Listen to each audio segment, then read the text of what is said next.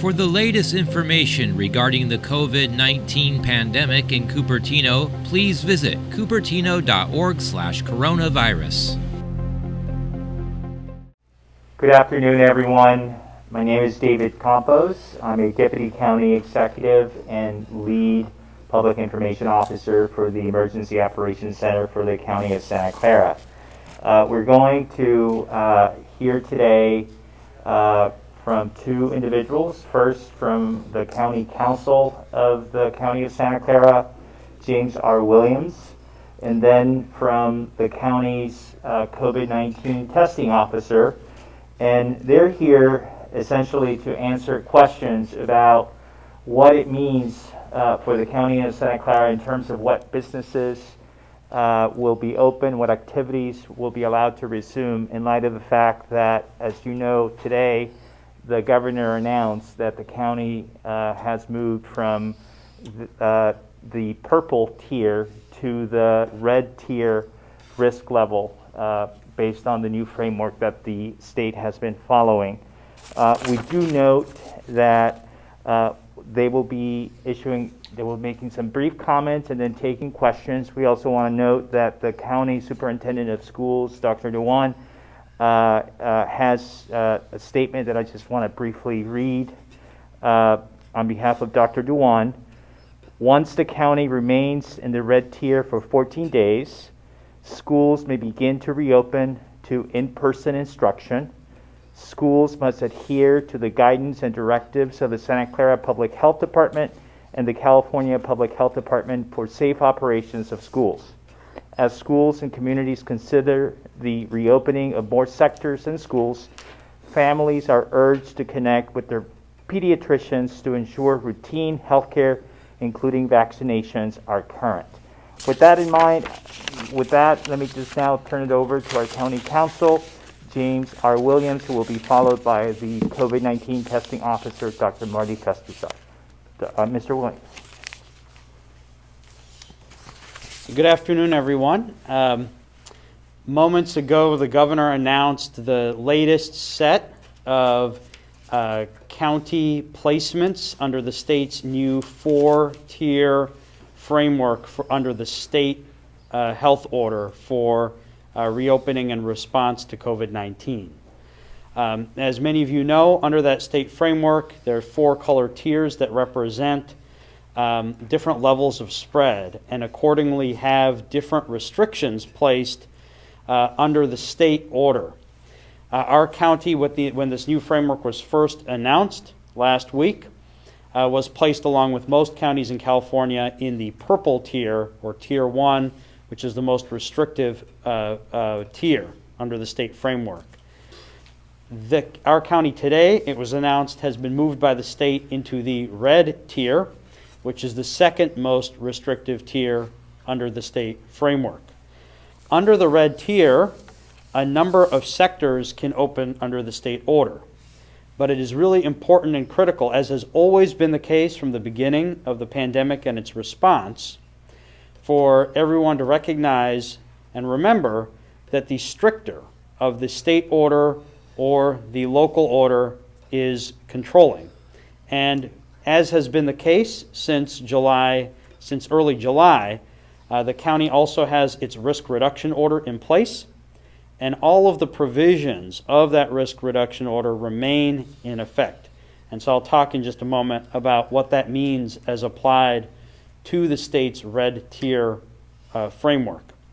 But before I do that, I'm just take a second to talk about how the tier placements work. This new framework that the state put out assigns counties into one of the 4 tiers based on 2 factors. The first factor has to do with case rate, the number of adjusted cases per 100,000 population. And there's an adjustment in that case rate factor based on the volume of testing. And Dr. Fenstersheim is going to speak to that in a few moments. But it is on the basis of that adjustment that we're placed into the red tier today. The second factor is the positivity rate for our cases.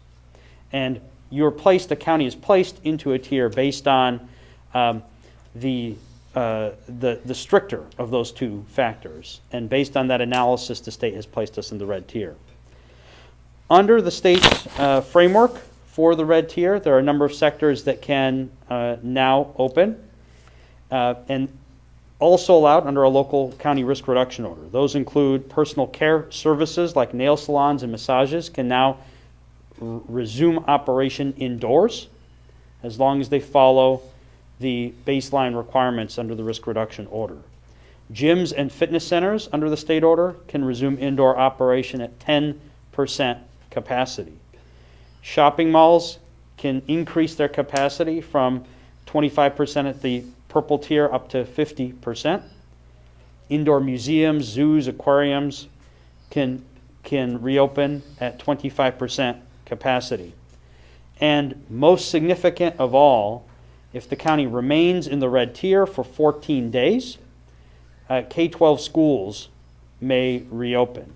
And the county has done a lot of work in preparation for potential school opening, including putting out guidance several months ago and continuing to work with schools, as well as the continued processing of waiver applications, which even in the interim through this 14-day period will continue to be reviewed and processed by public health. There are, however, 3 areas under the state's red tier that may not open under the county risk reduction order. That is indoor dining, indoor gatherings, and indoor movie theaters. As you may recall, when the county put the risk reduction order in place in early July, it was based on some core uniform principles. And one of those important principles was that outdoors is safer than indoors. A second principle was that there should be strict face covering when indoors. And a third key principle had to do with maintaining social distancing and ensuring that we're avoiding super spreader type of events and forums. Those core principles are what have the effect of under the risk reduction order, keeping, for example, indoor dining, which would inherently require removing a face covering, closed. It's those same core principles that apply to the prohibition on indoor gatherings and indoor movie theaters. And especially in the context of the significant volume of activity that opening of schools may bring, it's all the more important that we remain really vigilant and on top of trying to keep the case counts here locally as low as possible. And again, we only moved into the red tier because of how much testing we do above the state average. So once again, the risk reduction order remains in effect. Those requirements remain in effect. Every business still needs to have its social distancing protocol, and we've got that database now publicly available. The density rules remain in effect.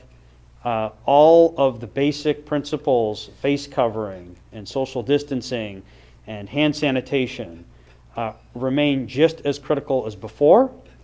And if we continue to stay focused on those core principles, we'll continue to be able to be as successful as we have been. And this movement into the red tier is a reflection of the fact that here in our county, we are doing a bit better relative to many other parts of the state in combating COVID. And it's really extraordinary how we've continue to come together as a community to be really rigorous, thoughtful, and uniform in our application of these absolutely vital principles around preventing COVID transmission.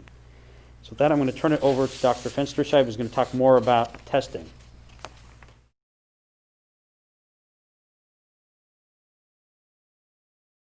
Good afternoon, everyone. I think it's important to just talk a little bit about our numbers because today we still have a total of 18,717 cases reported to the health department since this began so many months ago, as well as 260 deaths in residents of our community. That means that we're averaging over the last 7 days about 176 new cases a day. So COVID-19 is still here. It hasn't gone away. And the fact that we've moved into the red tier at this point doesn't change the fact that we still have to be vigilant. We still have to wear our masks. We still have to socially distance ourselves. And we basically have to follow those guidances that have been laid out in our orders. It's critical. I'm very happy, though, that we have been able to increase our testing capacity in this county from early on, when we were only testing about 1,000 people a day county-wide, to the present we are testing 7,000 to 8,000 people a day. And the state has given us credit now for all of that testing, because you see, when we do testing, we actually find more cases, as opposed to places that don't do testing where they assume that they are not finding cases. So we, in testing people, are able to find cases. And when you find cases, you can then isolate them and look for their contacts and quarantine them. So again, with a lot of testing, you can contain COVID-19 a lot better. We wouldn't, if we hadn't had these numbers in testing, as was mentioned, been able to move from purple to red, and we would still be back in a much more restrictive situation. So that's a very good thing. And I would encourage people again to get tested if you have symptoms, if you are a contact to a case, and especially all of those people out there, all of you who are on the front line, working in restaurants, working in grocery stores, driving our buses, taking care of children. We want you to be tested, and we want you to be tested on a regular basis, at least every month. So it's very important, again, to keep this testing up. And if we lose the numbers of people being tested, and I'm not just saying that everybody should go out and be tested just for testing's sake, it's there for you to be able to determine your risk and to protect yourself and your family. But as long as we can maintain our levels of testing, we will be able to adjust our case rates and stay in these less restrictive zones, less restrictive tiers. And eventually, hopefully, we'll move into even more less restrictive tiers. So please continue to be tested, but don't forget to wear your mask and to socially distance yourself, and of course, wash your hands. At this point, I will turn it back over to James or to our moderator. Thank you to James Williams and to Dr. Fenstershive. We will be happy to take a few questions. I do note that we are available to answer questions in Spanish and in Chinese after the main press conference concludes. Yes, sir. Yes, with the moving from purple to red, I was wondering if Dr. Fenstershive anticipates a increase in cases, if that is inevitable given the circumstances, and is there a sharpness of an increase that would cause a pulling back? So question, and I know we're transmitting live on Facebook Live, so the question has to do with this move. Will there be an increase in cases, and whether or not there's going to be a pullback because of that? So Dr. Fenstershive. Thank you for that question. And I might just remind us where we were when we were really tightly sheltered in place, when our case numbers a day were in the teens, when we were looking at 12 to 15 cases as opposed to 175 cases. And as we began to open, we began to see, again, more cases pop up. And that's because, again, people are in closer contact and not necessarily following all the guidances. So I suspect, as in the past, that as we open even more, unless people really adhere to the guidance and to protect themselves and others, we will see additional cases. So we need to continue testing. But again, the more rigorous we are at protecting ourselves, keeping these masks on all the time, is, even though we know that they're bothersome, we don't like them, I don't like mine on either, but I need to do it because I need to take the responsibility to protect others around me. So yes, we'll probably see more cases, but we can take our own responsibility in this community and keep those numbers down just by our actions. And the second part of the question, Could there be a pulling back? Yes, this is very fluid. So here we are today. We've done a good number of tests. We have a certain number of cases that gives us a rate, but the state will continually look at us week by week, and we will get these numbers, and we will be told where we are being placed that week. And if we continue to do well, we will continue to move forward, and if not, they will push us back. So we could end up in a purple zone again.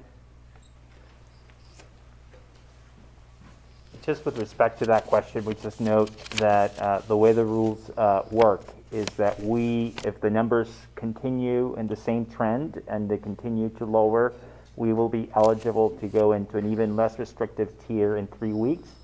At the same time, if the numbers get worse, we could actually go back to the purple tier within a period of 2 weeks. So a lot of it depends on what happens going forward. Yes. For Mr. Williams. One, is this effective now? So the question to our county council, is this effective now? Yes, the red tier is in effect now. And I would just remind businesses that under the risk reduction order, you have to have a social distancing protocol on file in order to be open. It has to be implemented. You have to be following it. We are now doing our business engagement and compliance and enforcement work, but that's critical. So before anybody just runs out there and opens up, you've got to have all your practices in place, your I's dotted, your T's crossed, to keep your workers and your customers safe.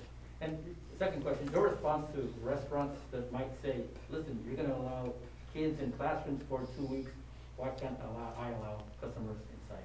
So the question was, what's the response for restaurants saying, if you're going to allow schools to open, what about us? And I think that's exactly right, in the sense that schools are such a significant potential opening. If we stay in the red tier for 14 days, the volume is significant. Obviously, the importance for society is very significant.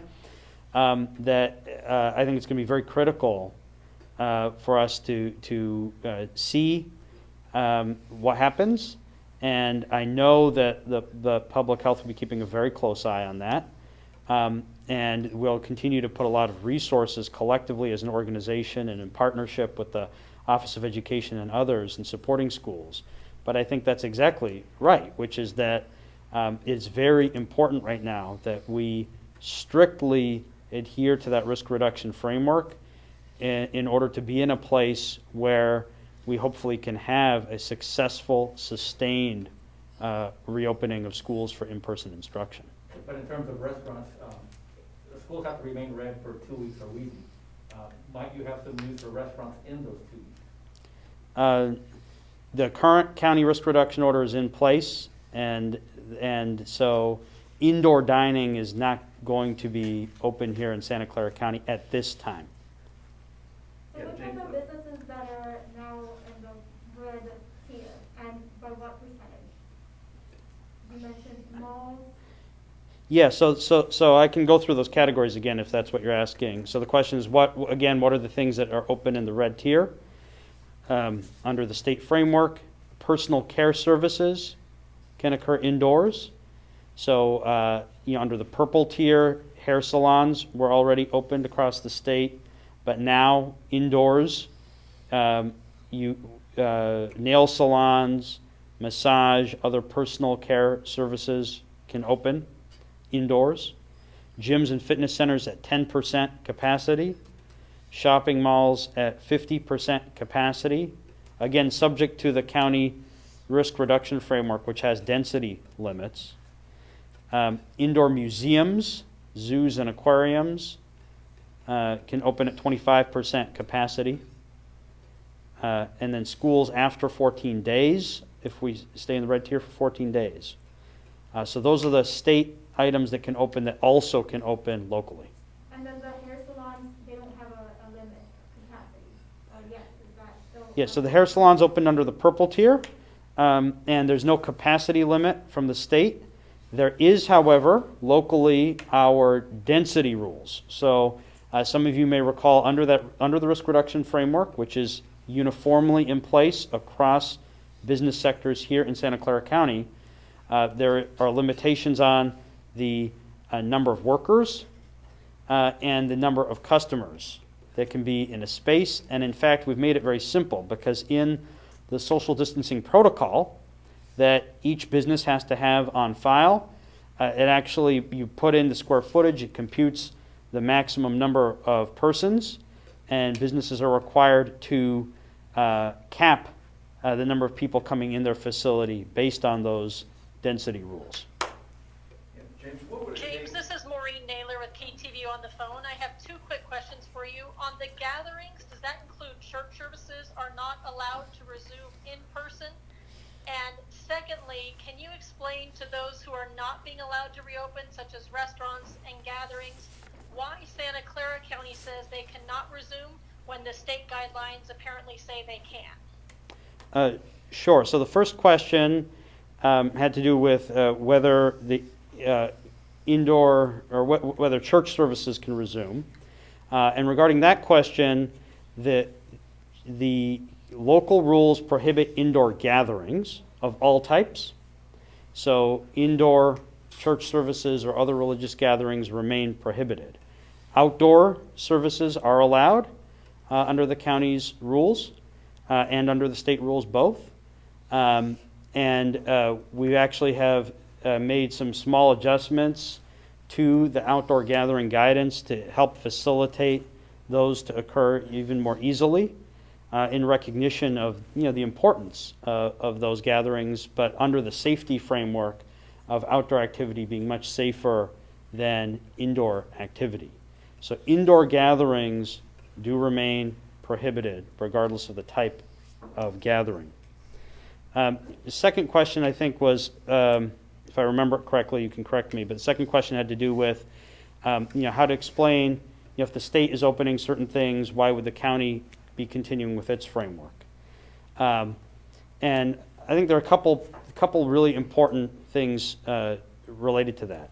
Number one is, you may recall when the county put the risk reduction framework in place, it was really a principles-based framework based on risk regardless of sector. It's not a sector-based framework. And that risk framework has actually only become clearer with the continued scientific information that's been learned the last several months. So that framework was based on these principles like outdoors safer than indoors and strict face covering indoors, for example. And everything since then has only confirmed the validity of those kind of core principles. And so it's very important as we continue opening new sectors to keep in mind that risk reduction framework. And so that overlay continues to exist. We're not the only jurisdiction doing that. The state's been very, very clear that counties can continue to have local rules in place. San Francisco, for example, I know was put in the red tier right from the beginning of this new system and has continued to have its local provisions in place. And so those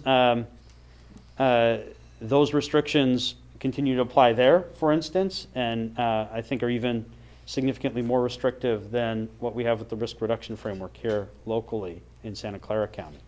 But that's kind of the basic principle there. I mean, I would just note, I think it's, I think it's important to recognize the importance of school opening for in-person instruction, but also the real significance of what that could potentially mean, just based on volume. And so that's something that I know the county will continue to keep a very close eye on. James, what would it take for restaurants to reopen for indoor service? Do you have any thresholds in mind, such as moving from a red to a yellow or anything like that? So the question was, is there any threshold for opening indoor dining? The answer to that is I'm not aware that there's any threshold. But here's the basic principle, and that is that we need to have our case rates come down. And just because we moved into the red tier, you heard Dr. Fensterscheib talk about this. The case rates are still significant in our community. They're still significant.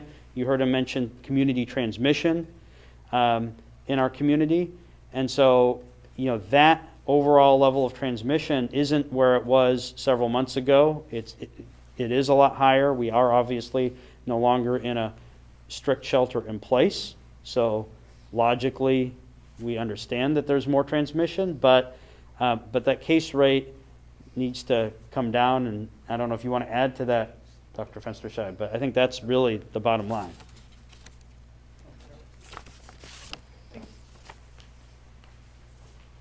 And we do want to note, going back to the question about the state versus the county, we really are not going to get into commenting why the state has said what it said about certain things. I think that's a question that should be presented to the state.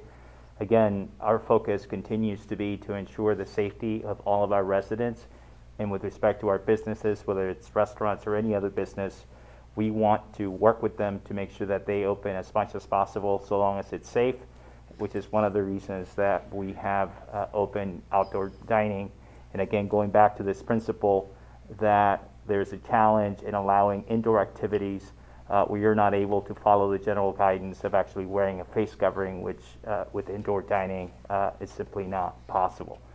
But again, we understand the value and the importance of this industry and are working very closely to make sure that they are able to operate where it's safe, which is why outdoor dining is allowed in Santa Clara County.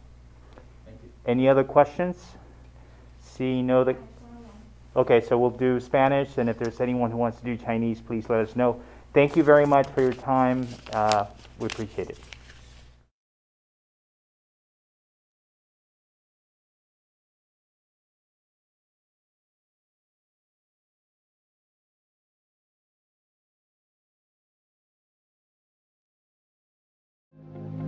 For the latest information regarding the COVID-19 pandemic in Cupertino, please visit cupertino.org/coronavirus.